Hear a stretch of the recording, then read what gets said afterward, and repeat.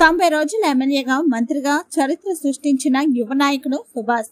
కేవలం 90 రోజుల్లో ఎమ్మెల్యే స్థాయి నుండి మంత్రిగా బాధ్యతలు చేపట్టి చరిత్ర సృష్టించిన రాష్ట్ర కార్మిక శాఖ మంత్రి వాసంశెట్టి సుభాష్ ఎదుగుదలను కొందరు వైసీపీ నేతలు జీర్ణించుకోలేక ఆయన గురించి కొద్ది రోజులుగా దిగజారుడు మాటలు మాట్లాడుతున్నారని, ఈ విషయాన్ని తాము ఖండిస్తున్నామని అంబేద్కర్ కోనసీమ జిల్లా కేంద్ర అమలాపురానికి చెందిన టీడీపీ సెట్టిబల్జీ నేతలు పేర్కొన్నారు. బుధవారం పట్టణంలోని స్థానిక కొంకపల్లి సత్తమ్మ గుడి వద్ద ఏర్పాటు చేసిన మీడియా సమావేశంలో వారు మాట్లాడుతూ, మంత్రి సుభాష్ ప్రజా సేవే పరమావధిగా రాజకీయాలకు వచ్చిన వ్యక్తి అని తెలిపారు. శెట్టి ప్రజ కులానికి గుర్తింపు తెచ్చిన యువనేత సుభాష్ అని అన్నారు. కులాన్ని అడ్డుపెట్టుకుని రాజకీయాలు చేసే కొందరు వైసీపీ నేతలకు సుభాష్ గురించి మాట్లాడే అర్హత లేదని వెల్లడించారు. వైసీపీ నేత జగ్గిరెడ్డిపై అభిమానం ఉంటే ఆయనకు ఊడిగం చేసుకోవాలే తప్ప శెట్టి బలజల ఆనిముత్య సుభాష్ ను దూషిస్తే ఇకపై పరిణామాలు తీవ్రంగా ఉంటాయని హెచ్చరించారు. ఈ కార్యక్రమంలో అధిక సంఖ్యలో టీడీపీ శెట్టి బలజ నేతలు పాల్గొన్నారు. శెట్టి బలజ సోదరులందరికీ కూడా హృదయపూర్వక నమస్కారాలు. నా పేరు పల్లె శ్రీనివాస్, అమలాపురం పట్టణం. మరి ఏదైతే గత కొద్ది రోజులుగా మా యువ నాయకులు మంత్రి వాసంశెట్టి సుభాష్ గారి మీద వైసీపీ నాయకులు చేస్తున్న అనుచిత వ్యాఖ్యలకి ఖండిస్తూ మరి ఈ రోజున మీడియా సమావేశం ఏర్పాటు చేయడం అనేది,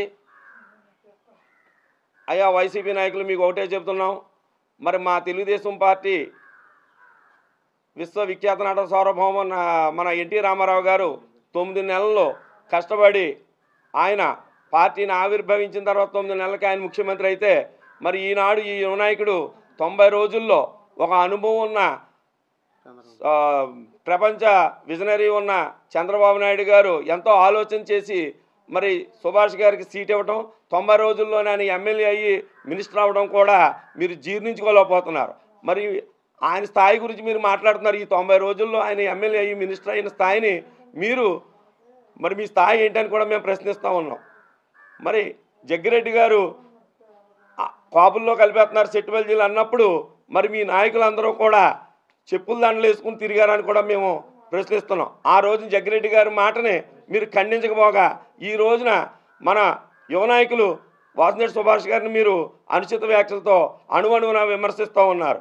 ఆయన సహాయమే ధ్యేయంగా, ప్రజాసేవే ధ్యేయంగా రాజకీయాల్లోకి వచ్చారు తప్ప రాజకీయాల్లోకి వచ్చి రాజకీయం చేయడం కానీ లేకపోతే పదవులు అనుభవించడానికి ఆయన రాజకీయాలు చేయలేదు.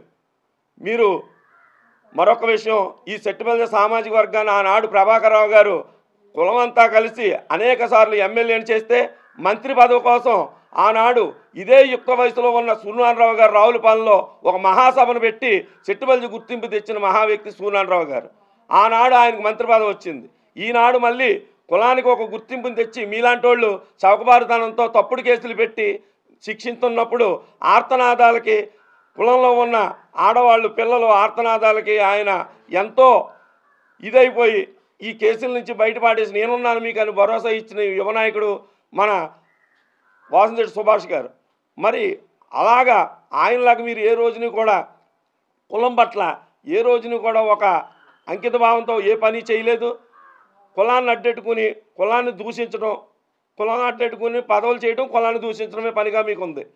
కాబట్టి యువకులంతా కూడా చాలా మేమందరం కూడా చెప్తున్నాం, ఎక్కడికక్కడ మీరు ఉద్రేకపడకండి, చెప్తాం. వాళ్ళకి అదే పనిగా ఉంది.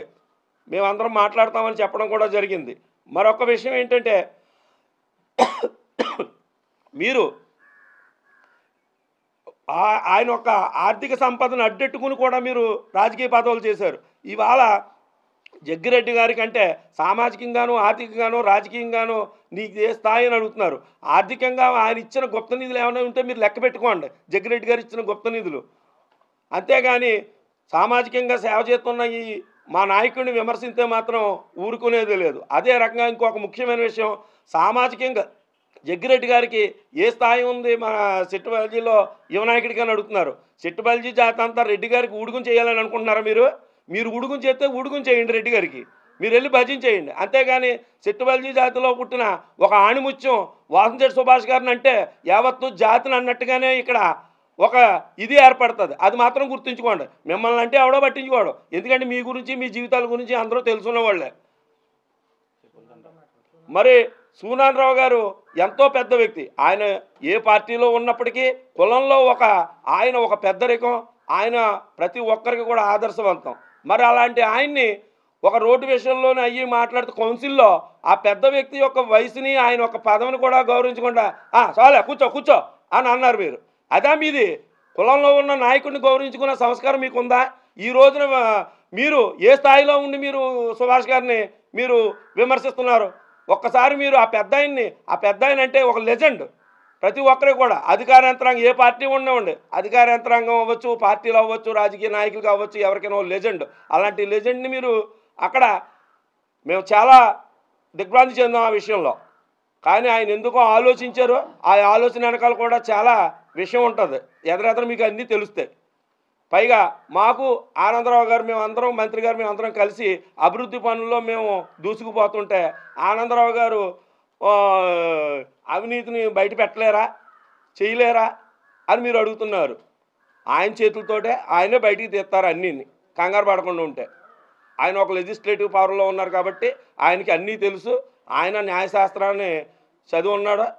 ఒక ఎమ్మెల్యేగానే కాకుండా ఒక న్యాయశాస్త్రాన్ని అందించిన లాయర్ కూడానే. ప్రతి విషయంలోనే ఆయనకి ఒక ఆలోచన ఉంది.